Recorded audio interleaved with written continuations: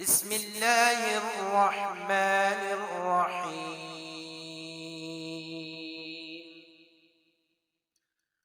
يا أيها الذين آمنوا استعينوا بالصبر والصلاة إن الله مع الصابرين.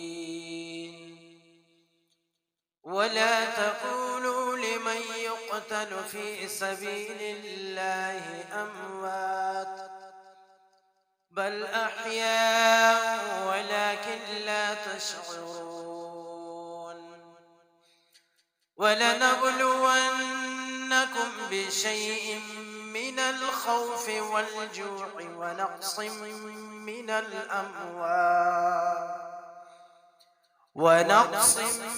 من الأموال والأنفس والثمرات وبشر الصابرين الذين إذا أصابتهم مصيبة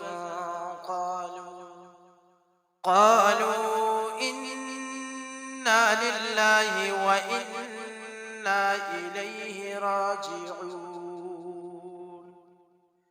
أولئك عليهم صلوات من ربهم ورحمة وأولئك هم المهتدون.